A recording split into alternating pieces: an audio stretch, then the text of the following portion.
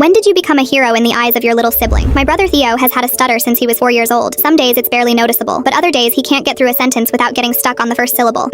Morning. I want. Can I pee please? It's gotten better with speech therapy, but it's never going away. The ironic part, he's obsessed with arguing. While other 11-year-olds play video games, Theo watches congressional debates on YouTube. He reads about Supreme Court cases for fun. He writes out arguments in notebooks and practices them alone in his room. I hear him through the wall some nights, saying the same sentence over and over, trying to get it smooth. At school, he never raises his hand. He knows the answer to every question, but he stays quiet because the one time he tried, someone whispered, "Spit it out already, engine face." So when he told me he signed up for the regional debate competition, I didn't know what to say. Are you sure? He looked at me with those big serious eyes. I have good arguments. I just need people to listen. He made it through regionals, then districts. Now we were at the state championship in an auditorium packed with 300 people. 8 debaters left. Theo was one of them. Theo sailed through the early rounds. His research was flawless. His arguments were airtight. When he had time to prepare, the stutter was manageable. But in round 4, the moderator started getting impatient. Theo was making his opening argument when he got stuck. The evidence clearly shows that Can you speed it up? The moderator interrupted, her tone harsh and cruel. We're on a schedule. A few people in the audience chuckled. Theo's face went red, but he finished his argument. It was brilliant. He won the round. Round 5. 6 debaters left. Theo asked the moderator to repeat a question. Can you say that again, please? The moderator sighed loudly. I said, "What is your rebuttal?" She said it slowly, like he was stupid. More laughter. Louder now. His opponent, a tall kid named Preston, smirked during cross-examination.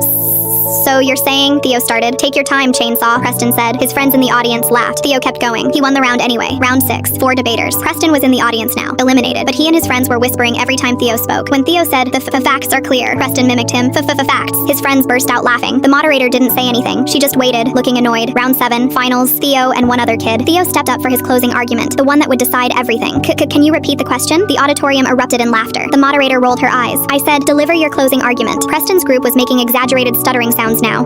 Deliver. Theo froze at the microphone. His hands were shaking. I didn't think. I just moved. I was halfway down the aisle before the laughter stopped. "Excuse me." The moderator looked up. "Ma'am, return to your seat." I kept walking until I was at the front. My brother has a stutter. He's had it his entire life. It doesn't affect his intelligence. It doesn't affect his arguments. It just means he needs an extra second to get his words out. The moderator straightened. "This is highly inappropriate." "You know what's inappropriate? Telling a child to speed up when you know he physically can't. Rolling your eyes when he asks you to repeat a question. Letting kids in the audience mock him without saying a word." I turned to Preston's group. "And you've been making fun of him all day. He's beaten every single one of you. And your response is to mock the way he talks?" Preston looked at the floor. I walked over to Theo. Tears were streaming down his face. I knelt down. "Hey, look at me." He did. "You're the smartest person in this room. You didn't make it to the finals because of luck. You made it because you're brilliant. That closing argument you've been practicing for 2 weeks, you know it by heart. So deliver it. Don't rush. Don't apologize. Take your time and win this thing." Theo wiped his eyes. He stood up, walked to the microphone, and delivered his closing argument. Every word, every pause, every stutter. It took him 4 minutes instead of 2, and it was the best argument anyone had heard all day. The moderator, quietly, the winner of this year's state championship, Theo. Theo took his trophy home and put it on his desk next to his debate notebooks. That night at dinner, Mom asked him to tell everyone about the competition. He looked at her, completely deadpan, and said, "I won. They lost. The end." Then he went back to eating his pasta.